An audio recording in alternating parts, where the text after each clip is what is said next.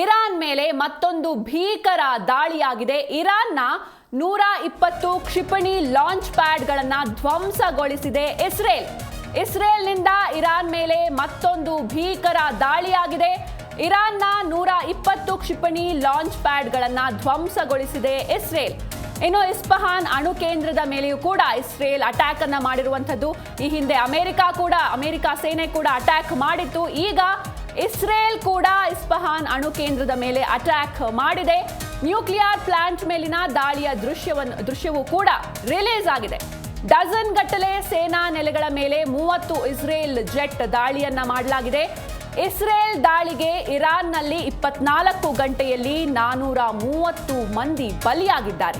ಇದು ಕೇವಲ 24 ಗಂಟೆಯಲ್ಲಿ ನಡೆದಿರುವಂತಹ ಬಲಿ. ಇದು 430 ಮಂದಿ ಬಲಿಯಾಗಿರುವಂಥದ್ದು. ಇನ್ನು ಇದು 10ನೇ ದಿನಕ್ಕೆ ಕಾಲಿಟ್ಟಿದೆ ಇರಾನ್ ಹಾಗೂ ಇಸ್ರೇಲ್ ನಡುವಿನ ಯುದ್ಧ.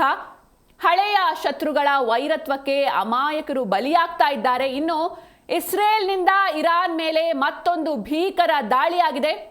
ನಿನ್ನೆ ತಡರಾತ್ರಿ ಅಮೆರಿಕ ಕೂಡ ಇರಾನ್ನ 3 ಪರಮಾಣು ಸ್ಥಾವರಗಳನ್ನು ಗುರಿಯಾಗಿಸಿಕೊಂಡು ಅಮೆರಿಕ ಸೇನೆ ದಾಳಿಯನ್ನ ಮಾಡಿತ್ತು. ಈಗ ಇಸ್ರೇಲ್ ಕೂಡ ಇಸ್ಫಹಾನ್ ಅಣು ಕೇಂದ್ರದ ಮೇಲೆ ಅಟ್ಯಾಕ್ ಮಾಡಿದೆ. ನ್ಯೂಕ್ಲಿಯರ್ ಪ್ಲಾಂಟ್ ಮೇಲಿನ ದಾಳಿಯ ದೃಶ್ಯ ಕೂಡ ರಿಲೀಸ್ ಆಗಿರುವಂಥದ್ದು. ಇರಾನ್ನ 120 ಕ್ಷಿಪಣಿ ಲಾಂಚ್ ಪ್ಯಾಡ್ಗಳನ್ನು ಧ್ವಂಸ ಮಾಡಿದೆ ಇಸ್ರೇಲ್. ಡಜನ್ ಗಟ್ಟಲೆ ಸೇನಾ ನೆಲೆಗಳ ಮೇಲೆ 30 ಇಸ್ರೇಲ್ ಜೆಟ್ ದಾಳಿಯಾಗಿರುವಂಥದ್ದು. ಇನ್ನು ಇಸ್ರೇಲ್ ದಾಳಿಗೆ ಇರಾನ್ನಲ್ಲಿ 24 ಗಂಟೆಯಲ್ಲಿ 430 ಮಂದಿ ಬಲಿಯಾಗಿದ್ದಾರೆ. ಇನ್ನು ನಿನ್ನೆ ತಡರಾತ್ರಿಯಷ್ಟೇ ಅಮೆರಿಕ ಸೇನೆ ಕೂಡ ಇರಾನ್ ಹಾಗೂ ಇಸ್ರೇಲ್ ನಡುವಿನ ಯುದ್ಧಕ್ಕೆ ಎಂಟ್ರಿ ಕೊಟ್ಟಿತ್ತು. ಇರಾನ್ನ 3 ಪರಮಾಣು ಸ್ಥಾವರಗಳನ್ನು ಗುರಿಯಾಗಿಸಿಕೊಂಡು ಅಮೆರಿಕ ಸೇನೆ ದಾಳಿಯನ್ನ ಮಾಡಿತ್ತು. ಫೋರ್ಡೋ, ನಟಾನ್ಸ್ ಹಾಗೂ ಇಸ್ಫಹಾನ್ ಮೇಲೆ ದಾಳಿಯನ್ನ ಮಾಡಿತ್ತು ಅಮೆರಿಕ ಸೇನೆ. ಈಗ ಇಸ್ಫಹಾನ್ ಅಣು ಕೇಂದ್ರದ ಮೇಲೆ ಇಸ್ರೇಲ್ ಅಟ್ಯಾಕ್ ಅನ್ನ ಮಾಡಿರುವಂಥದ್ದು. ಈ ಇಸ್ಫಹಾನ್ ಅಣು ಕೇಂದ್ರ ಏನಿದೆ, ಇಲ್ಲಿ 90% ಶೇಕಡ 90ರಷ್ಟು ಯುರೇನಿಯಂ ಉತ್ಪಾದನೆಯಾಗುತ್ತೆ. ಹಾಗಾಗಿ ಈ ಅಣು ಕೇಂದ್ರವನ್ನ ಟಾರ್ಗೆಟ್ ಮಾಡಿ ಅಮೆರಿಕ ಸೇನೆ ದಾಳಿಯನ್ನ ಮಾಡಿತ್ತು. ಈಗ ಇಸ್ರೇಲ್ ಕೂಡ ಈ ಅಣು ಕೇಂದ್ರದ ಮೇಲೆ ದಾಳಿಯನ್ನ ಮಾಡಿದೆ. ನ್ಯೂಕ್ಲಿಯರ್ ಪ್ಲಾಂಟ್ ಮೇಲಿನ ದಾಳಿಯ ದೃಶ್ಯ ಕೂಡ ಈಗ ರಿಲೀಸ್ ಆಗಿರುವಂಥದ್ದು. ಡಜನ್ ಗಟ್ಟಲೆ ಸೇನಾ ನೆಲೆಗಳ ಮೇಲೆ 30 ಇಸ್ರೇಲ್ ಜೆಟ್ ದಾಳಿಯಾಗಿರುವಂಥದ್ದು. ಇಸ್ರೇಲ್ ದಾಳಿಗೆ ಇರಾನ್ನಲ್ಲಿ 24 ಗಂಟೆಯಲ್ಲಿ 430 ಮಂದಿ ಬಲಿಯಾಗಿದ್ದಾರೆ.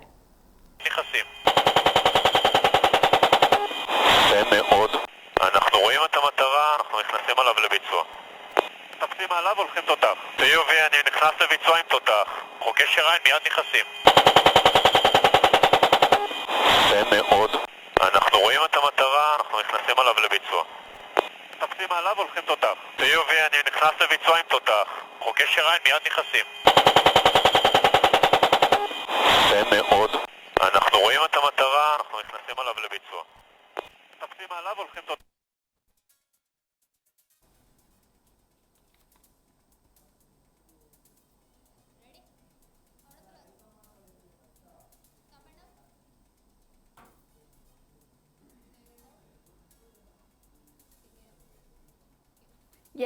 ಈ ಕುರಿತಂತೆ ಮಾತನಾಡೋದಕ್ಕೆ ನಮ್ಮ ಸ್ಟುಡಿಯೋನ ಜಾಯ್ನ್ ಆಗಿದ್ದಾರೆ ನಮ್ಮ ಪ್ರತಿನಿಧಿ Anant Ramaiah. Anant sir, welcome to the show. Sir, ಇನ್ನು ಇರಾನ್ ಹಾಗೂ ಇಸ್ರೇಲ್ ನಡುವೆ 10ನೇ ದಿನಕ್ಕೆ ಯುದ್ಧ ಕಾಲಿಟ್ಟಿರುವಂಥದ್ದು. ಸಾಕಷ್ಟು ಜೀವಹಾನಿ ಆಗ್ತಾ ಇದೆ, ತೊಂದರೆಗಳಾಗ್ತಾ ಇದೆ. ಇದರ ನಡುವೆ ಅಮೆರಿಕ ಕೂಡ ಎಂಟ್ರಿಯನ್ನ ಕೊಟ್ಟಿತ್ತು. ನಿನ್ನೆ ತಡರಾತ್ರಿ 3 ಪರಮಾಣು ಸ್ಥಾವರಗಳನ್ನು ಗುರಿಯಾಗಿಸಿಕೊಂಡು ಇರಾನ್ ಮೇಲೆ ಅಟ್ಯಾಕ್ ಅನ್ನ ಕೂಡ ಮಾಡಿರುವಂಥದ್ದು. ಸೊ ಈ ಕುರಿತಾಗಿ ಮಾತನಾಡೋದಾದ್ರೆ, ಈಗ ಅಮೆರಿಕ ಸೇನೆ ಎಂಟ್ರಿಯ ನಂತರ ಈಗ ಮತ್ತೆ ಇಸ್ರೇಲ್ ಕೂಡ ಅದೇ ನ್ಯೂಕ್ಲಿಯರ್ ತಾಣಗಳ ಮೇಲೆ ಇಸ್ರೇಲ್ ಕೂಡ ಇರಾನಿನ ನ್ಯೂಕ್ಲಿಯರ್ ತಾಣಗಳ ಮೇಲೆ ದಾಳಿಯನ್ನ ಮಾಡಿರುವಂಥದ್ದು. ಸೊ ಇಲ್ಲಿ ನಾವು ಗಮನಿಸ್ತಾ ಹೋಗೋದಾದ್ರೆ, ಇಸ್ಫಹಾನ್ ಈ ಒಂದು ನ್ಯೂಕ್ಲಿಯರ್ ತಾಣ ಏನಿದೆ, ಇಲ್ಲಿ 90% ಅಷ್ಟು ಯುರೇನಿಯಂ ಉತ್ಪಾದನೆ ಆಗುತ್ತೆ. ಹಾಗಾಗಿ ಈ ತಾಣಗಳನ್ನು ಟಾರ್ಗೆಟ್ ಮಾಡಿ ದಾಳಿಯನ್ನ ಮಾಡಲಾಗ್ತಾ ಇದೆ. ಸೊ ಈ ಕುರಿತಂತೆ ಏನು ಹೇಳ್ತೀರಾ?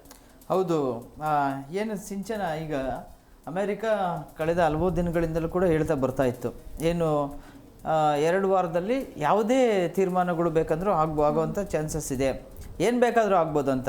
ಬಟ್ ಅದೇ ರೀತಿಯಾಗಿ ಈಗ ಅಮೆರಿಕ ಏನು ಇರಾನ್ನ 3 ತಾಣಗಳಾದಂಥ ಫೋರ್ಡೋ, ನಟಾನ್ಸ್ ಮತ್ತು ಇಸ್ಫಹಾನ್, ಇದರಲ್ಲಿ ಫೋರ್ಡೋನಲ್ಲಿ ಏನು ಒಂದು 90% ಪಾರ್ಷಿಯಲಿ ಡ್ಯಾಮೇಜ್ ಆಗಿದೆ. ಇನ್ನು ಇಸ್ಪಾನ್ ಏನಿದೆಯಲ್ಲ, ನೀವು ಹೇಳ್ದಂಗೆ 90% ಅಲ್ಲಿ ಅಲ್ಲಿ ಏನು ಆ ಒಂದು ನ್ಯೂಕ್ಲಿಯರ್ ಸೈಟ್ಸ್ ಮೇಲೆ ಅಮೇರಿಕದ B2 ಏನು ಬಾಂಬರ್ ಮುಖಾಂತರ ದಾಳಿಯನ್ನು ಮಾಡಿದ್ದಾರೆ. ಇದು ಅಂದರೆ ಈಗ ಈ B2 ಬಾಂಬರ್ ಮುಖಾಂತರ ದಾಳಿ ಮಾಡೋದ್ರಿಂದಾಗಿ ಅದು ಹೇಗೆ ಅಂತಂದರೆ, ಈಗ ಬೇರೆ ಮಿಸೈಲ್ಸ್ ಆದರೆ ಅದು ಡ್ರೋನ್ ಮುಖಾಂತರವಾಗಿ ಅವುಗಳನ್ನು ಹೊಡೆದೋಡಿಸ್ಬೋದು. ಈ ಕಡೆ ಏರ್ ಸ್ಟ್ರೈಕ್ ಮಾಡಿದಾಗ B2 ಅಲ್ಲದೆ ಬೇರೆ ಮಿಸೈಲ್ಸ್ ಆದರೆ ಇದು ಸ್ಪೆಷಲ್ ಆಗಿ ಅಮೇರಿಕಾದಿಂದಲೇ ಅದನ್ನು ನಿರ್ಮಾಣ ಮಾಡಿದ್ರು. Made in America. ಅದು ಯಾವುದು B2 ಮಿಸೈಲ್ ಬಾಂಬರ್ ಬಂದ್ಬಿಟ್ಟು ಅದರದ್ದು ಕೆಪಾಸಿಟಿ ನೋಡೋದಾದರೆ 2400 ಪೌಂಡ್ ಅದು ವೆಯ್ಟನ್ನು ತೊಗೊಂಡೋಗುತ್ತೆ. ಒಂದು ಸತಿಗೆ ಅದು 83 ನ್ಯೂಕ್ಲಿಯರ್ ಬಾಂಬ್ಸನ್ನು ಅದು ಹೊತ್ಕೊಂಡು ಹೋಗುವಂಥ ಕೆಪಾಸಿಟಿ ಆ B2 ಬಾಂಬರ್ಗಿದೆ. ಅಂಥ ಒಂದು ಅತ್ಯಾಧುನಿಕವಾಗಿರುವಂತಹ ಆ B2 ಬಾಂಬರ್ ಮುಖಾಂತರ ಈ ಒಂದು ಏನು ಇರಾನ್ನ 3 ವಾಯು ನೆಲೆಗಳ ಮೇಲೆ ಅಮೆರಿಕ ಬಾಂಬನ್ನು ದಾಳಿಯನ್ನು ನಡೆಸಿದೆ. ಅದ್ರ ಜೊತೆಗೆ ಇದ್ರದ್ದು ಕೆಪಾಸಿಟಿ ಇನ್ನೊಂದೇನಪ್ಪ ಅಂದರೆ B2ದು ಅದು ಭೂಮಿಯಿಂದ 200 ಅಡಿ ಕೆಳಗಡೆ ಹೋಗುತ್ತದು ಡೆಪ್ತು. ಅಂದರೆ ಬಂಕರಲ್ಲಿ ಅಡಗಿದ್ರೂ ಕೂಡ ಬಿಡೋದಿಲ್ಲ, ಅಷ್ಟೊಂದು ಡ್ಯಾಮೇಜ್ ಮಾಡುವಂಥದ್ದು. ಅದಕ್ಕೆ ಅವರು ಡೊನಾಲ್ಡ್ ಟ್ರಂಪ್ ಅವರು ಒಂದು ಏರ್ ಸ್ಟ್ರೈಕನ್ನು ಮಾಡಿದಾದ್ಮೇಲೂ ಕೂಡ ಒಂದು ಟ್ವೀಟ್ ಮಾಡಿ ಹೇಳಿದ್ದಾರೆ. ಏನಂತ, ಅಮೆರಿಕದ ಸೇನೆ ಮಾಡಿದಂತಹ ಈ ಒಂದು ಏರ್ ಸ್ಟ್ರೈಕನ್ನು ಜಗತ್ತಿನ ಯಾವ ದೇಶಗಳು ಕೂಡ ಮಾಡೋಕ್ಕಾಗಲ್ಲ. ಅಷ್ಟೊಂದು ಶಕ್ತಿಯುತವಾಗಿರುವಂತಹ ನಮ್ಮ ಒಂದು ಸೇನೆ ಏರ್ ಸ್ಟ್ರೈಕನ್ನು ಮಾಡಿ ಮತ್ತೆ ಸೇಫಾಗಿ ವಾಪಸ್ ಬಂದಿದ್ದಾರೆ, ಯಾವುದೇ ಡ್ಯಾಮೇಜ್ ಇಲ್ಲದೆ ವಾಪಸ್ ಬಂದಿದ್ದಾರೆ. ನಾನು ಅಮೆರಿಕದ ಸೇನೆಗೆ ಧನ್ಯವಾದಗಳನ್ನು ಹೇಳ್ತೀನಿ ಅಂತ ಹೇಳಿದ್ದಾರೆ. ಅದರ ಜೊತೆಗೆ ಮತ್ತೊಂದು ಈಗ ಏನಿದ್ರು ಶಾಂತಿ ಮಾತುಕತೆ ಅಂತ ಹೇಳ್ಬಿಟ್ಟು ಹೇಳಿದ್ದಾರೆ. ಇನ್ನೊಂದು ಬ್ರೇಕಿಂಗ್ ಅಪ್ಡೇಟ್ ಬರ್ತಾ ಇದೆ. ಇಸ್ರೇಲ್ ಇರಾನ್ ನಡುವೆ ರಣಭೀಕರ ಯುದ್ಧ ನಡೀತಾ ಇದೆ. ಇರಾನ್ ಮೇಲೆ ಅಮೆರಿಕಾದಿಂದ B2 ಬಾಂಬ್ ದಾಳಿಯನ್ನ ಮಾಡಲಾಗಿದೆ. ಇರಾನ್ ನ್ಯೂಕ್ಲಿಯರ್ ತಾಣಗಳ ಮೇಲೆ ಅಮೆರಿಕ ದಾಳಿಯನ್ನ ಮಾಡಿರುವಂಥದ್ದು. ಇರಾನ್ ಒಳಗೆ ನುಗ್ಗಿ ದಾಳಿ ಮಾಡಿದೆ ಅಮೆರಿಕ ಸೇನೆ. ಇನ್ನು ಎಸ್ಫಹಾನ್ ಸ್ಥಾವರದಲ್ಲಿ 90% ಯುರೇನಿಯಂ ಅನ್ನ ಉತ್ಪಾದನೆ ಮಾಡಲಾಗುತ್ತೆ. ಇನ್ನು 60% ಯುರೇನಿಯಂನ ಇನ್ನು ಉಳಿದ 2 ಸ್ಥಾವರಗಳಲ್ಲಿ ಉತ್ಪಾದನೆ ಮಾಡಲಾಗುತ್ತೆ. ಹಾಗಾಗಿ ಈ ಸ್ಥಾವರಗಳನ್ನೇ ಗುರಿಯಾಗಿಸಿಕೊಂಡು ಅಮೆರಿಕ ಸೇನೆ ದಾಳಿಯನ್ನ ಮಾಡಿದೆ. ಇಸ್ರೇಲ್ ಹಾಗೂ ಇರಾನ್ ನಡುವೆ ರಣಭೀಕರ ಯುದ್ಧ ನಡೀತಾ ಇರುವಂಥದ್ದು. ಇರಾನ್ ಮೇಲೆ ಅಮೆರಿಕಾದಿಂದ B2 ಬಾಂಬ್ ದಾಳಿಯನ್ನ ಮಾಡಲಾಗಿದೆ. ಇನ್ನು ಇರಾನ್ ನ್ಯೂಕ್ಲಿಯರ್ ತಾಣಗಳ ಮೇಲೆ ಅಮೆರಿಕ ದಾಳಿಯನ್ನ ಮಾಡಿದೆ. ಇನ್ನು ಇರಾನ್ ಒಳಗೆ ನುಗ್ಗಿ ದಾಳಿ ಮಾಡಿದೆ ಅಮೆರಿಕ ಸೇನೆ.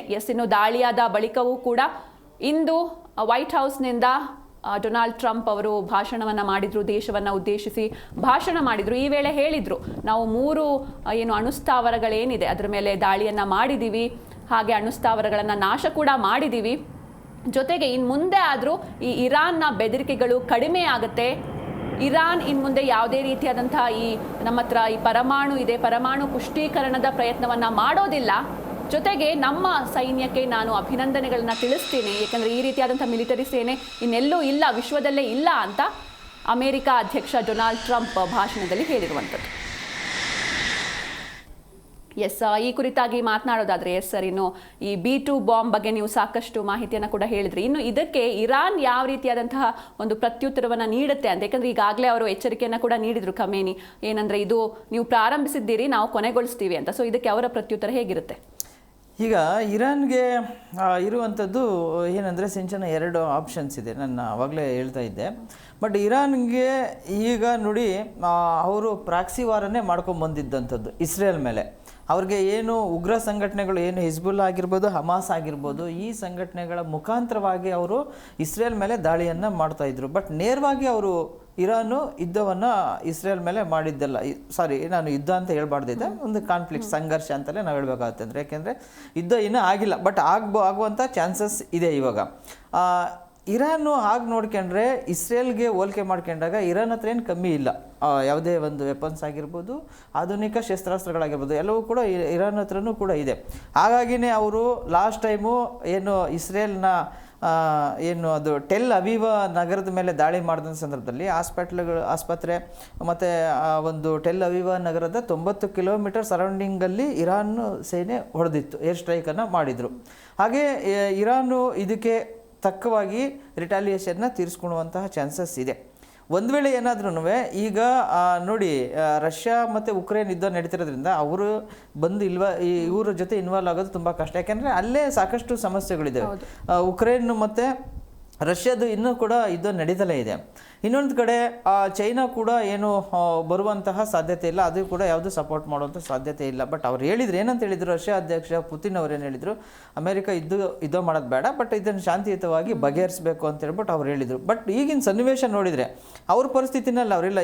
ಉಕ್ರೇನ್ ಜೊತೆ ಯುದ್ಧ ಇರೋದ್ರಿಂದಾಗಿ ಅವ್ರದ್ದೇ ಪ್ರಾಬ್ಲಮ್ ಇದೆ, ಹಂಗಾಗಿ ಅವರು ಬರೋದಿಲ್ಲ, ಚೈನಾನೂ ಕೂಡ ಸಪೋರ್ಟ್ ಮಾಡೋದಿಲ್ಲ. ಈಗ ಇರಾನ್ ಹಂಗಾಗಿ ಏನಾಯಿತು, ಒಂದು ಕಡೆ ಬಹುಶಃ ಅದು ಒಂಟಿಯಾಗಿರುವಂಥ ಪರಿಸ್ಥಿತಿ. ಈಗ ಎರಡು ಆಪ್ಷನ್ಸ್ ಇದೆ ಅದಕ್ಕೆ. ಒಂದು ಸರೆಂಡರ್ ಆಗಬೇಕು, ಇಲ್ಲ ಇದಕ್ಕೆ ಪ್ರತ್ಯುತ್ತರವನ್ನು ಕೊಡಬೇಕಾಗುತ್ತೆ.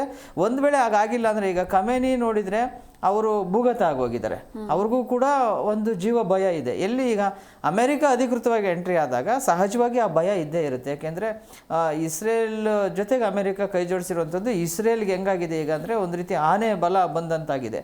ಹಾಗಾಗಿ ಒಂದು ವೇಳೆ ಖಮೇನಿ ಸರ್ಕಾರ ಏನಾದ್ರೂ ಅಲ್ಲಿ ಉರುಳಿಸಿ ಮತ್ತೊಂದು ಬೇರೆ ಸರ್ಕಾರ, ಯಾಕೆಂದರೆ ಎರಡೂ ಕಡೆನೂ ಅದೇ ಥರ ಚಾನ್ಸಸ್ ಇದೆ. ಇಸ್ರೇಲನ್ನು ಕೂಡ ಬೆಂಜಮಿನ್ ನೇತನ್ಯಾಹು ಅವರು ಏನು ತುಂಬ ಚೆನ್ನಾಗಿ ಆಡಳಿತ ಕೊಡ್ತಿದ್ದಾರೆ ಅನ್ನೋ ಮಟ್ಟ ಇಲ್ಲ.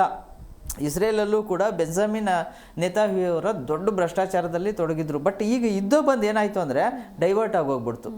ಯುದ್ಧದ ಕಡೆ ಅವರು ಯುದ್ಧ ಮಾಡುವುದ್ರ ಮುಖಾಂತರವಾಗಿ ಅವರು ನಾನೇನೋ ದೊಡ್ಡ ಸಾಹಸ ಮಾಡ್ತಾಯಿದ್ದೀನಿ ಅನ್ನೋ ರೀತಿಯಲ್ಲಿ ತೋರಿಸ್ಕೊಳಕ್ಕೆ ಹೋದರು. ಇನ್ನು ಈ ಕಡೆ ಇರಾನ್ ಕಡೆ ನೋಡಿದಾಗ ಖಮೇನಿ ವಿರುದ್ಧನೂ ಕೂಡ ಅಲ್ಲಿನ ಒಂದು ಜನರು ಪ್ರತಿಭಟನೆಯನ್ನು ಕೂಡ ಮಾಡ್ತಾಯಿದ್ರು. ಯುದ್ಧ ಎಷ್ಟೋ ಸತಿ ಇಸ್ರೇಲ್ ದಾಳಿ ಮಾಡಿದಾಗ ಅಲ್ಲಿ ಸಂಭ್ರಮ ಪಟ್ಟಂಥ ಉದಾಹರಣೆಗಳು ಇದೆ. ಕಾರಣ ಏನಪ್ಪ ಅಂತಂದರೆ ಅಲ್ಲಿ ಇರುವಂತಹ ಒಂದು ಈ ಒಂದು ಏನು ಸಾರ್ವಭೌಮತ್ವ ಆಗಿರ್ಬೋದು, ಮತ್ತು ಅಲ್ಲಿ ಪ್ರಜೆಗಳಿಗೆ ಯಾವುದೇ ರೀತಿಯಾದ ಪ್ರಜಾಪ್ರಭುತ್ವ ಇಲ್ಲ. ಅಲ್ಲಿ ಹೆಣ್ಮಕ್ಳು ಕೂಡ ಪ್ರತಿಭಟನೆ ಮಾಡಿದ, ಅವ್ರಿಗೆ ಯಾವುದೇ ರೀತಿಯಾದ ಸ್ವಾತಂತ್ರ್ಯನೇ ಇಲ್ಲ. ಹಾಗಾಗಿ ಸರ್ವಾಧಿಕಾರಿ ಆಡಳಿತ ಇರುವಂಥದ್ದಲ್ಲಿ ಎಲ್ಲಿ ಇರಾನ್ನಲ್ಲಿ. ಹಾಗಾಗಿ ಆ ಆಡಳಿತವನ್ನು ಕಿತ್ತು ಬಿಸಾಕಿ ಇನ್ನೊಂದು ಯಾಕೆ ಇವರು ಆ ರೀತಿಯಾಗಿ ದಾಳಿ ಮಾಡ್ತಾಯಿದ್ರು ಅಂತ ಅಂದರೆ ಇಸ್ರೇಲ್ ಮೇಲೆ ಈ ಒಂದು ದಾಳಿಯ ಜೊತೆಗೆ ಇಸ್ರೇಲು ಅಲ್ಲಿ ಒಂದು ಆಡಳಿತವನ್ನು ಕಿತ್ತೆಸಬೇಕನ್ನೋದು ಅವರು. ಒಂದು ಇರಾನು ಇಲ್ಲಿ ಬೆಂಜಮಿನ್ ನೇತನ್ಯಾಹುನ ಕಿತ್ತು ಬಿಸಾಕಬೇಕಂತ ಇರಾನು. ಈಗ ಇಬ್ಬರೂ ಭ್ರಷ್ಟಾಚಾರದಲ್ಲಿದ್ದರೆ, ಒಂದು ಸರ್ವಾಧಿಕಾರ, ಇನ್ನೊಂದು ಕಡೆ ಭ್ರಷ್ಟಾಚಾರ ಇರುವಂಥದ್ದು, ಎರಡೂ ಕೂಡ ಇರುವಂಥದ್ದು. ಹೀಗೆ ನೋಡಿದಾಗ ಬಹುಶಃ ಮೂರನೇ ವರ್ಲ್ಡ್ ವಾರು ಆಗುವಂಥ ಸಾಧ್ಯತೆ ಕಡಿಮೆ. ಯಾಕೆಂದರೆ ಒಂದು ವೇಳೆ ಏನಾದ್ರೂ ರಷ್ಯಾ ಮತ್ತು ಚೈನಾ ಏನಾದ್ರೂ ಇರಾನ್ ಪರವಾಗಿ ನಿಂತಿದ್ರೆ ಬಹುಶಃ ಆ ಸಾಧ್ಯತೆ ಇತ್ತು. ಬಟ್ ಈಗಿಲ್ಲ, ಅವರು ಬರುವಂಥ ಸಾಧ್ಯತೆ ತೀರಾ ಕಡಿಮೆ. ಈಗ ಒಂದು ಆಪ್ಷನ್ಸ್ ಏನಪ್ಪ ಅಂದರೆ, ಈಗ ಒಂದು ಖಮೇನಿ ಏನಾದ್ರೂ ಸರೆಂಡರ್ ಆಗಬೇಕು, ಇಲ್ಲ ಖಮೇನಿಯನ್ನು ಅಲ್ಲಿ ಇರಾನಲ್ಲಿ ಕಿತ್ತು ಬಿಸಾಕ್ಬಿಟ್ಟು ಬೇರೆ ಯಾವುದರ ಒಂದು ಆಡಳಿತ ರೆಜಿಮನ್ನು ಅಲ್ಲಿ ಸ್ಥಾಪನೆ ಮಾಡ್ಬೋದು. ಆ ಥರ ಆದಾಗ ಬಹುಶಃ ಇದು ಒಂದು ತಾರ್ಕಿಕ ಅಂತ್ಯ ಕಾಣ್ಬೋದು ಅಂತ ಮೇಲ್ನೋಟಕ್ಕೆ ಅನಿಸುತ್ತೆ. S sir. ಇನ್ನು ಇವರು ನಮ್ಮ ಡೊನಾಲ್ಡ್ ಟ್ರಂಪ್ ಅವರು ಕೂಡ ಭಾಷಣದಲ್ಲಿ ಹೇಳಿದರು, ಇನ್ನು ನಿಮಗೆ ಶಾಂತಿ ಒಂದೇ ದಾರಿ ಇರೋದು ಅಂತ ಇರಾನ್ಗೆ. ಈ ಶಾಂತಿಯನ್ನು ನೀವು ಮಂಡಿ ಊರ್ಲಿಲ್ಲ ಅಂದರೆ ಇವತ್ತು ಕೂಡ ದಾಳಿ ಮಾಡ್ತೇವೆ ಅಂತ ಟ್ರಂಪ್ ಎಚ್ಚರಿಕೆಯನ್ನು ಕೂಡ ನೀಡಿರುವಂಥದ್ದು. ಜೊತೆಗೆ ಈ ಹಿಂದೆ ಕೂಡ ಈ ಕದನ ವಿರಾಮ ಆಗುತ್ತಾ ಅಂತ ಟ್ರಂಪ್ ಅವ್ರನ್ನ ಕೇಳಿದಾಗ ಅವ್ರು ಹೇಳಿದ್ದು ಒಂದೇ, ಈ ಸೀಸ್ ಫೈರ್ ಇದೆಲ್ಲ ಏನೂ ಇಲ್ಲ, ಇರಾನ್ ಅಂತ್ಯ ಆಗಬೇಕು, ಆ ಪರಮೋಚ್ಚ ನಾಯಕನ ಹತ್ಯೆ ಆಗಬೇಕು, ಅಲ್ಲಿ ತನಕ ಕೂಡ ನಾವು ಈ ಒಂದು ಯುದ್ಧವನ್ನು ಮಾಡ್ತೇವೆ ಅಂತ. ಇಸ್ರೇಲ್ ಹಾಗೂ ಇರಾನ್ ಯುದ್ಧಕ್ಕೆ ಅಮೆರಿಕ ಎಂಟ್ರಿ ಕೊಟ್ಟಿದೆ. ಇರಾನ್ನ 3 ಪರಮಾಣು ಸ್ಥಾವರಗಳನ್ನು ಗುರಿಯಾಗಿಸಿಕೊಂಡು ಅಮೆರಿಕ ಸೇನೆ ನಿನ್ನೆ ತಡರಾತ್ರಿ ದಾಳಿಯನ್ನ ಮಾಡಿರುವಂಥದ್ದು. ಅಮೆರಿಕ ದಾಳಿಯಿಂದ ಜಗತ್ತಿನಲ್ಲಿ ಕಂಪನವಾಗ್ತಾ ಇದೆ. ಜೊತೆಗೆ ಇಡೀ ದೇಶವನ್ನ ಉದ್ದೇಶಿಸಿ ಟ್ರಂಪ್ ಭಾಷಣವನ್ನ ಕೂಡ ಮಾಡಿದ್ದಾರೆ. ಅಮೆರಿಕದ ವೈಟ್ ಹೌಸ್ನಿಂದ ನಮ್ಮ ಮಿಲಿಟರಿ ಮಾಡಿದ್ದು ಯಾರಿಂದಲೂ ಸಾಧ್ಯ ಇಲ್ಲ, ಇರಾನ್ ಶಾಂತಿಯ ಹಾದಿಯಲ್ಲಿ ಸಾಗಬೇಕು ಅಂತ ಇರಾನ್ ಮೇಲಿನ ದಾಳಿಯ ಬಗ್ಗೆ ದೊಡ್ಡಣ್ಣ ಭಾಷಣವನ್ನ ಮಾಡಿದ್ದಾರೆ. ಅಮೆರಿಕ ಸೈನಿಕರಿಗೆ ಧನ್ಯವಾದವನ್ನ ಕೂಡ ತಿಳಿಸಿದ್ದಾರೆ ಅಧ್ಯಕ್ಷ Trump. Destruction of Iran's nuclear enrichment capacity and a stop to the nuclear threat posed by the world's #1 state sponsor of terror. Tonight I can report to the world that the strikes were a spectacular military success. Iran's key nuclear enrichment facilities have been completely and totally obliterated. Iran, the bully of the Middle East, must now make peace. If they do not, future attacks will be far greater and a lot easier. For 40 years, Iran has been saying death to America, death to Israel. They have been killing our people, blowing off their arms, blowing off their legs with roadside bombs. That was their specialty. We lost over 1,000 people and hundreds of thousands throughout the Middle East and around the world have died as a direct result of their hate. In particular, so many were killed by their general, Qasem Soleimani. Let this happen. It will not continue. Destruction of Iran's America ದಾಳಿ ಬೆನ್ನಲ್ಲೇ ಇಸ್ರೇಲ್ನ ಪ್ರಧಾನಿ Benjamin Netanyahu ಮೊದಲ ಪ್ರತಿಕ್ರಿಯೆಯನ್ನ ನೀಡಿದ್ದಾರೆ. ಟ್ರಂಪ್ಗೆ ಧನ್ಯವಾದವನ್ನ ತಿಳಿಸಿದ್ದಾರೆ ಪ್ರಧಾನಿ Netanyahu. ಇದು ಇತಿಹಾಸವನ್ನ ಬದಲಿಸುವ ದಿಟ್ಟ ಹೆಜ್ಜೆ ಅಂತ ನೆತನ್ಯಾಹು ಹೊಗಳಿರುವಂಥದ್ದು. ಅಮೆರಿಕ ದಾಳಿ ಬೆನ್ನಲ್ಲೇ ಅಮೆರಿಕ ಸೇನೆ ಇರಾನ್ಗೆ ದಾಳಿಯನ್ನ ಮಾಡಿತು. ಇರಾನ್ ಹಾಗೂ ಇಸ್ರೇಲ್ ನಡುವಿನ ಯುದ್ಧಕ್ಕೆ ಅಮೆರಿಕ ಸೇನೆ ಎಂಟ್ರಿಯನ್ನ ಕೊಟ್ಟಿತ್ತು. ಇರಾನ್ ಮೇಲೆ ದಾಳಿಯನ್ನ ಕೂಡ ನಿನ್ನೆ ತಡರಾತ್ರಿ ಮಾಡಿತ್ತು. ಈ ಹಿನ್ನೆಲೆಯಲ್ಲಿ ಅಮೆರಿಕ ದಾಳಿ ಬೆನ್ನಲ್ಲೇ ಇಸ್ರೇಲ್ ಪ್ರಧಾನಿ ಬೆಂಜಮಿನ್ ನೆತನ್ಯಾಹು ಮೊದಲ ಪ್ರತಿಕ್ರಿಯೆಯನ್ನ ನೀಡಿದ್ದಾರೆ. ಟ್ರಂಪ್ಗೆ ಧನ್ಯವಾದವನ್ನ ತಿಳಿಸಿದ್ದಾರೆ ಇಸ್ರೇಲ್ ಪ್ರಧಾನಿ Netanyahu. Congratulations, President Trump. Your bold decision to target Iran's nuclear facilities with the awesome and righteous might of the United States will change history. In Operation Rising Lion, Israel has done truly amazing things. But in tonight's action against Iran's nuclear facilities, America has been truly unsurpassed. It has done what no other country on earth could do. History will record that President Trump acted to deny the world's most dangerous regime the world's most dangerous weapons. His leadership today has created a pivot of history that can help lead the Middle East and beyond to a future of prosperity and peace. President Trump and I often say, peace through strength. First comes strength, then comes peace. And tonight, President Trump and the United States acted with a lot of strength. President Trump, I thank you. The people of Israel thank you. The forces of civilization thank you. God bless America. God bless Israel. And may God bless our unshakable alliance, our unbreakable faith. Congratulations, President Trump. Your bold decision to target Iran's nuclear facility. S sir. ಇನ್ನು ಈ ಕುರಿತಾಗಿ ವಿಶ್ವಸಂಸ್ಥೆ ಹೇಗೆ react ಮಾಡುತ್ತೆ ಅಂತ, ಯಾಕಂದರೆ ಮುಂಚೆ ನಮ್ಮ ಭಾರತ ಹಾಗೂ ಪಾಕಿಸ್ತಾನದ ನಡುವೆ ಕೂಡ ಯುದ್ಧ ಆಗಿತ್ತು. ಇದಾದ ಬಳಿಕ ಈಗ ಇರಾನ್ ಇಸ್ರೇಲ್ ನಡುವೆ ಯುದ್ಧ ಆಗ್ತಾ ಇದೆ. ಸೊ ವಿಶ್ವಸಂಸ್ಥೆ ಹೇಗೆ ರಿಯಾಕ್ಟ್ ಮಾಡುತ್ತೆ ಅಂತ ಇದಕ್ಕೆ ನೋಡಿ ಸಿಂಚನ, ಈಗ ಅಲ್ಲಿ ಹೇಳ್ತಾ ಇದ್ರು ಯಾರು ಬೆಂಜಮಿನ್ ನೇತನ್ಯಾಹು ಹೇಳ್ತಾ ಇದ್ರು ಟ್ರಂಪ್ ಅವರಿಗೆ ಧನ್ಯವಾದಗಳು, ಮತ್ತು God bless you America, God bless you Israel ಅಂತೇಳಿ ಹೇಳ್ತಾ ಇದ್ರು. ಅದ್ರ ಜೊತೆಗೆ ಡೊನಾಲ್ಡ್ ಟ್ರಂಪ್ ಅವರು ಕೂಡ ಹೇಳ್ತಾ ಇದ್ರು ನಮ್ಮ ಸೈನ್ಯ ಯಾವ ರೀತಿಯಾಗಿ ಅಲ್ಲಿ ಕಾರ್ಯಾಚರಣೆಯನ್ನು ಮಾಡ್ತು, ಮತ್ತು ನಮ್ಮ ಸೈನ್ಯದ ಒಂದು ಕೆಪಾಸಿಟಿ ಏನಂತ ಹೇಳ್ಬಿಟ್ಟು. ಬಟ್ ಇವರಿಗೆ ಹೊಗಳ್ಕೊಂಡು ಇವರೇ ಇದು ಮಾಡಿಕೊಂಡು ಅಲ್ಲಿ ಯಾವುದೇ ಒಂದು ವಿಶ್ವಸಂಸ್ಥೆ ಇದೆ ಅನ್ನೋದು ಕೂಡ ಒಂದು ಪರಿಜ್ಞಾನ ಇಲ್ದಲೇ ಈ ರೀತಿಯಾದಂಥ ಒಂದು ನನ್ನ ಹತ್ರ ಶಕ್ತಿ ಇದೆ ಅಂತ ಹೇಳ್ಬಿಟ್ಟು ಏನು ಬೇಕಾದ್ರೂ ಮಾಡ್ಬೋದಾ ಅನ್ನೋದು ಒಂದು. ಎರಡನೇದಾಗಿ ಇನ್ನೊಂದು ಏನಂದರೆ, ನೀವು ಕೇಳಿದ್ರಲ್ಲ ಈಗ ವಿಶ್ವಸಂಸ್ಥೆ ಯಾವ ರೀತಿಯಾಗಿ ರಿಯಾಕ್ಷನ್ ಇರುತ್ತೆ ಇದಕ್ಕೆ ಅಂತ ಹೇಳ್ಬಿಟ್ಟು. ಒಂದು ಇದು ಯುದ್ಧ ಅಂತೂ ನಾವು ಹೇಳೋಕ್ಕಾಗೋದಿಲ್ಲ. ಯಾಕೆಂದರೆ ಈಗ ಈ ಟೆರರಿಸಮನ್ನು ಇಡೀ ಜಗತ್ತಿನಾದ್ಯಂತ ಕಿತ್ತೊಗಿಬೇಕನ್ನೋದು ಎಲ್ಲ ದೇಶಗಳ ಒಂದು ಒಕ್ಕೊರಲಿನ ಅಭಿಪ್ರಾಯ. ಆದರೆ ಎಲ್ಲೋ ಒಂದು ಕಡೆ ಮುಸ್ಲಿಂ ಬೆಂಬಲಿತ ರಾಷ್ಟ್ರಗಳು ಏನಿದಾವಲ್ಲ ಅವು ಈ ಒಂದು ತಮ್ಮ ಒಂದು ಸರ್ಕಾರ ಉಳಿಬೇಕು, ಮತ್ತು ತಾವು ಯಾವ ರೀತಿಯಾದಂತಹ ಸಾರ್ವಭೌಮತ್ವವನ್ನು ಮತ್ತು ತಾವು ಯಾವ ರೀತಿಯಾಗಿ ಅಲ್ಲಿ ಏನು ಸರ್ವಾಧಿಕಾರವನ್ನು ನಡೆಸ್ಕೊಂಡು ಬರ್ತಾ ಇದ್ದಾರಲ್ಲ ಅದಕ್ಕೆ ಇಂಬನ್ನು ನೀಡಲಿಕ್ಕೆ ಒಂದಷ್ಟು ಸಂಘಟನೆಗಳು ಬೇಕು ಅನ್ನೋ ಕಾರಣಕ್ಕೋಸ್ಕರ ಈ ಒಂದು ಹಿಜ್ಬುಲ್ ಆಗಿರ್ಬೋದು, ಹಮಾಸ್ ಆಗಿರ್ಬೋದು, ಮತ್ತು ಏನು ಲಷ್ಕರ್ ಎ ತೊಯ್ಬಾ ಆಗಿರ್ಬೋದು, ಈ ಥರ ಸಂಘಟನೆಗಳು ನೀವು ಕೇಳಿದ್ರಲ್ಲ ಪಾಕಿಸ್ತಾನ ಮತ್ತು ಭಾರತ ಇದಕ್ಕೆ ಸಂಬಂಧಪಟ್ಟಂಗೆ ಸಂಘರ್ಷವನ್ನು ಅವರು ಒತ್ತು ಈ ರೀತಿಯಾಗಿ ಏನು ಮಾರ್ಮಿಕವಾಗಿ ದಾಳಿ ಮಾಡುವಂಥದ್ದು ಡೈರೆಕ್ಟ್ ಆಗಲ್ಲ. ಇದಂದ್ರೆ ಏನು, ಈಗ ನಾವು ದಾಳಿ ನೋಡಿ ಭಾರತ ಏರ್ ಸ್ಟ್ರೈಕನ್ನು ಮಾಡಿದಂಥ ಸಂದರ್ಭದಲ್ಲಿ ಅವ್ರಿಗೆ ಮುಂಚಿತವಾಗಿಯೇ ಕೂಡ ಏನು ಈ ಥರ ವಾಯುನೆಲೆಗಳ ಮೇಲೆ ನಾವು ಏರ್ ಸ್ಟ್ರೈಕ್ ಮಾಡ್ತೀವಿ ಅಂತ ಹೇಳಿತ್ತು, ಮತ್ತು ಅದಕ್ಕೆ ಪ್ರತೀಕಾರವನ್ನು ತೀರಿಸ್ಕೊತೀವಿ ಅಂತ ಹೇಳಿದರು. ಬಟ್ ಏಕಾಏಕಿ ನಾಗರಿಕರ ಮೇಲೆ ಅಲ್ಲೇ ದಾಳಿ ಮಾಡುವಂಥದ್ದು ನಾಗರಿಕರ ಆಸ್ತಿಪಾಸ್ತಿಗಳಿಗೆ ಮತ್ತು ನಾಗರಿಕರ ಜೀವಕ್ಕೆ ಹಾನಿ ಮಾಡೋದನ್ನು ಮಾಡಬಾರ್ದು.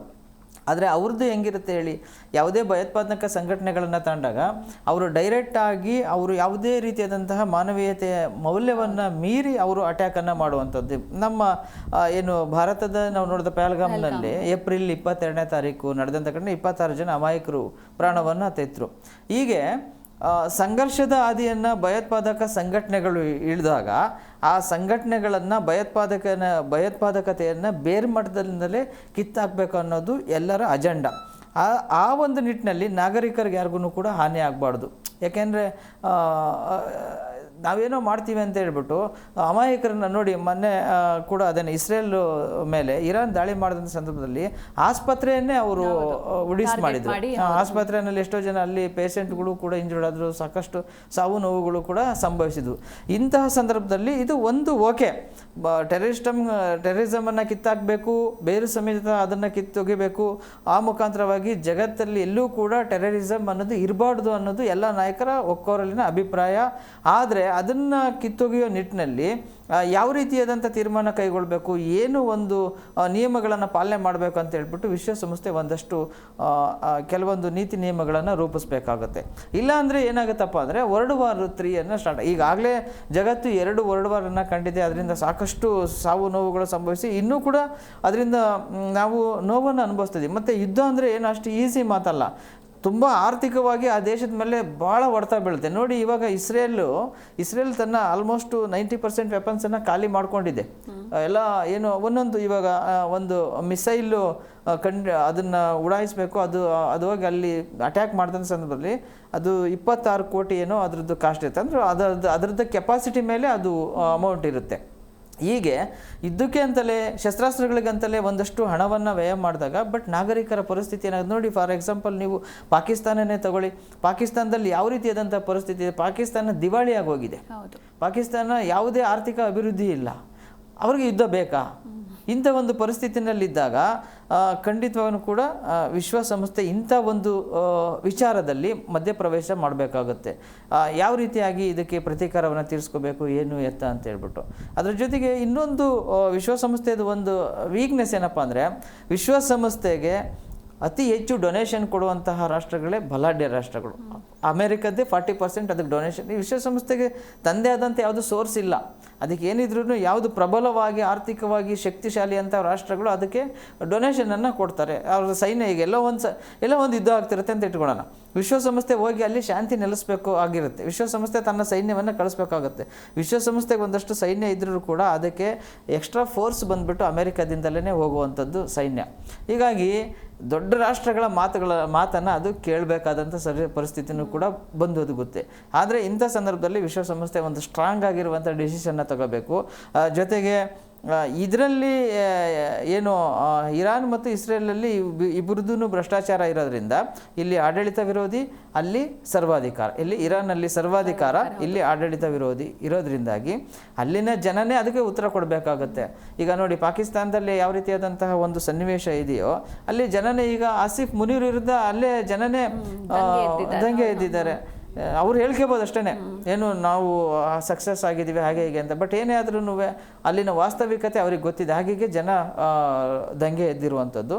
ಈ ನಿಟ್ಟಿನಲ್ಲಿ ಬಹುಶಃ ಒಂದು ಇಸ್ರೇಲ್ನಲ್ಲಿ ಬೇರೆ ಆಡಳಿತ ಬಂದರೂ ಬರ್ಬೋದು. ಒಂದು ಖಮೇನಿ ಸರ್ವಾಧಿಕಾರ ಕೊನೆಗೊಂಡು ಬೇರೆ ಒಂದು ಆಡಳಿತ ಬಂದರೂ ಬರ್ಬೋದು. ಆ ಸಂದರ್ಭದಲ್ಲಿ ಏನಾದರೂ ಆ ಥರ ಆದಾಗ ಬಹುಶಃ ಇದು ಕೊನೆ ಆಗ್ಬೋದೇನೋ ಹೇಳೋಕ್ಕಾಗಲ್ಲ. ಆ ಒಂದು ಸನ್ನಿವೇಶ ಈಗ ಸದ್ಯದ ಪರಿಸ್ಥಿತಿ ನೋಡಬೇಕು. ಈಗ ಇರಾನ್ ಯಾವ ರೀತಿಯಾದಂತಹ ಒಂದು ಇದಕ್ಕೆ ಪ್ರತ್ಯುತ್ತರವನ್ನು ಕೊಡುತ್ತೆ, ಏನು ಡಿಸಿಷನ್ ತಗೊಳುತ್ತೆ ಅನ್ನೋದನ್ನು ನೋಡಬೇಕಾಗುತ್ತೆ ಸರ್. ಇನ್ನು ಆದರೆ ಇಲ್ಲಿ ಒಂದು ಹಳೆಯ ದ್ವೇಷಕ್ಕೆ ಅಮಾಯಕರು ಬಲಿಯಾಗ್ತಾ ಇರುವಂಥದ್ದು ನೀವು ಕೂಡ ಹೇಳಿದ್ರಿ ಅದ್ರ ಬಗ್ಗೆ. ಜೊತೆಗೆ ಅಮೆರಿಕ ಅಧ್ಯಕ್ಷ ಡೊನಾಲ್ಡ್ ಟ್ರಂಪ್ ಅವರ ಹೇಳಿಕೆ ಪ್ರಕಾರ 40 ವರ್ಷದಿಂದಲೂ ಕೂಡ ಇರಾನ್ ನಮ್ಮ ಮೇಲೆ ನಮ್ಮ ವಿರುದ್ಧ, ಅಮೆರಿಕ ವಿರುದ್ಧ ಕೆಲಸವನ್ನ ಮಾಡ್ತಾ ಬರ್ತಿದೆ, ಹಾಗಾಗಿ ನಾವು ಕೂಡ ಒಂದು ವೈರತ್ವವನ್ನು ಬೆಳೆಸ್ಕೊಂಡಿದ್ದೀವಿ ಅನ್ನುವಂಥದ್ದು. ಜೊತೆಗೆ ಇರಾನ್ ಒಂದು ಉಗ್ರ ಪೋಷಿತ ರಾಷ್ಟ್ರ ಅಂತ ಹೇಳ್ಬೋದು. ಈ ಹೌತಿ ಆಗಿರ್ಬೋದು, ಹಮಾಸ್ ಆಗಿರ್ಬೋದು, ಈ ರೀತಿಯಾದಂಥ ಒಂದು ಸಂಘಟನೆಗಳನ್ನ ಬೆಳೆಸ್ತಲೇ ಬಂದಿದೆ, ಟೆರರಿಸಮ್ನ ಅದು ಸಪೋರ್ಟ್ ಮಾಡ್ತಾನೆ ಬಂದಿದೆ. ಬಟ್ ಇಲ್ಲಿ ಬಲಿಯಾಗ್ತಾ ಇರೋದು, ಈ ದ್ವೇಷಕ್ಕೆ ಬಲಿಯಾಗ್ತಾ ಇರೋದು ಮಾತ್ರ ಅಮಾಯಕರು. ಸೊ ಇದಕ್ಕೆ ಅಂತ್ಯ ಯಾವಾಗ ಅಂತ, ಅಲ್ಲಿ ಪರಮೋಚ್ಚ ನಾಯಕನ ಹತ್ಯೆ ಆದಮೇಲೆ ಅಂತ್ಯ ಆಗುತ್ತಾ ಹೇಗೆ ನಿಮ್ಮ ಪ್ರಕಾರ? ಖಂಡಿತವಾಗೂ ಹಾಗೆ ಆಗುತ್ತೆ. ಈಗ ನೋಡಿ, ಏನು ಸದ್ದಾಮ್ ಹುಸೇನ್ ಈ ರೀತಿಯೇ ಇದ್ದಿತ್ತು. ಸದ್ದಾಮ್ ಹುಸೇನು ಏನು ಇರಾನ್ ಅಧ್ಯಕ್ಷ ಆಗಿದ್ದಂಥ ಸಂದರ್ಭದಲ್ಲಿ ಅಲ್ಲಿಯೂ ಕೂಡ ಭಾಳ ದೊಡ್ಡ ಮಟ್ಟದಲ್ಲಿ ಭ್ರಷ್ಟಾಚಾರ ಆಗಿತ್ತು, ಮತ್ತು ಯಾವುದೇ ಅಭಿವೃದ್ಧಿ ಆಗಿರಲಿಲ್ಲ. ಅನಂತರ ದೇಶನೇ ದಿವಾಳಿ ಆಗೋಗಿತ್ತು. ಆ ಸಂದರ್ಭದಲ್ಲಿ ಸದ್ದಾಮ್ ಹುಸೇನು ಎಲ್ಲೋ ಬಂಕರ್ನಲ್ಲಿ ಅಡಕೊಂಡಿದ್ರು. ಅವಾಗಲೂ ಕೂಡ ಅಮೆರಿಕ ಸೈನ್ಯ ಸದ್ದಾಮ್ ಹುಸೇನನ್ನು ಹೊಡೆದುರುಳಿಸಿ ಅಲ್ಲಿ ಬೇರೆ ಒಂದು ಆಡಳಿತ ಬರುವಂತಹ ಒಂದು ಸಂದರ್ಭ ಬಂದಿತ್ತು. ಈಗ ಬಹುಶಃ ಅದೇ ರೀತಿಯಾದಂತಹ ಮತ್ತೆ ವಾತಾವರಣ ಸೃಷ್ಟಿಯಾಗ್ಬೋದು ಅಂತ ಹೇಳ್ಬೋದು. ಈಗ ಅವ್ರಿಗೇನು ಅದೇನು ದೊಡ್ಡ ವಿಚಾರ ಅಲ್ಲ, ಏನು ಖಮೇನಿಯನ್ನು ಹೊಡೆದುರುಳಿಸೋದು ಕೂಡ. ಅವರು ಕೂಡ ಹೇಳಿದರು ಏನಂತ, ಖಮೇನಿ ನಮ್ಮ ಫಸ್ಟ್ ಟಾರ್ಗೆಟ್ ಅಲ್ಲ, ಖಮೇನಿ ಎಲ್ಲಿದ್ದಾರೆ ಅಂತ ನನಗೆ ಗೊತ್ತಿದೆ, ಆದರೆ ನಾವು ಇವಾಗ ಖಮೇನಿಯನ್ನು ಹತ್ಯೆ ಮಾಡಲ್ಲ ಅಂತ ಹೇಳ್ತಾರೆ. ನೋಡಿ, ನೀವು ಯೋಚನೆ ಮಾಡಿ, ಹಂಗಾದ್ರೆ ಎಷ್ಟರ ಮಟ್ಟಿಗೆ ಇವರಿಗೆ ಇನ್ಫಾರ್ಮೇಷನ್ ಇದೆ, ಎಷ್ಟರ ಮಟ್ಟಿಗೆ ಇವರು ನೇರವಾಗಿ ಹೇಳ್ತಾರೆ ಅಂತ ಅಂದಾಗ ಅದೆಲ್ಲನೂ ಇರುತ್ತೆ. ಆದರೆ ಅದಕ್ಕೆ ಬಹುಶಃ ಖಮೇನಿಯ ಒಂದು ಹಂತೆ ಆಗ್ಬೋದು, ಬೇರೆ ಒಂದು ರೆಜಿಮಲ್ಲಿ ಸೃಷ್ಟಿ ಆಗುವಂಥ ಸಾಧ್ಯತೆಗಳು ಕಾಣಿಸ್ತಾ ಇದೆ ಸಿಂಚನ ಸದ್ಯದ ಮಟ್ಟಿಗೆ. Yes sir. ಇನ್ನು ಇಷ್ಟೊತ್ತು ನಮ್ಮ ಡಿಸ್ಕಷನಲ್ಲಿ ಭಾಗಿಯಾಗಿದ್ದಕ್ಕೆ thank you so much. Yes, Iran ಹಾಗೂ ಇಸ್ರೇಲ್ ನಡುವೆ ಯುದ್ಧ ದಿನದಿಂದ ದಿನಕ್ಕೆ ತಾರಕಕ್ಕೇರ್ತಾ ಇದೆ. ಇದರ ನಡುವೆ ವಿಶ್ವದ ದೊಡ್ಡಣ್ಣ ಕೂಡ ಎಂಟ್ರಿಯನ್ನ ಕೊಟ್ಟಾಗಿದೆ. ಇನ್ನೆಷ್ಟು ತೀವ್ರತೆಗೆ ಈ ಯುದ್ಧ ಹೋಗುತ್ತೆ ಅಂತ ಕಾದ್ ನೋಡ್ಬೇಕು.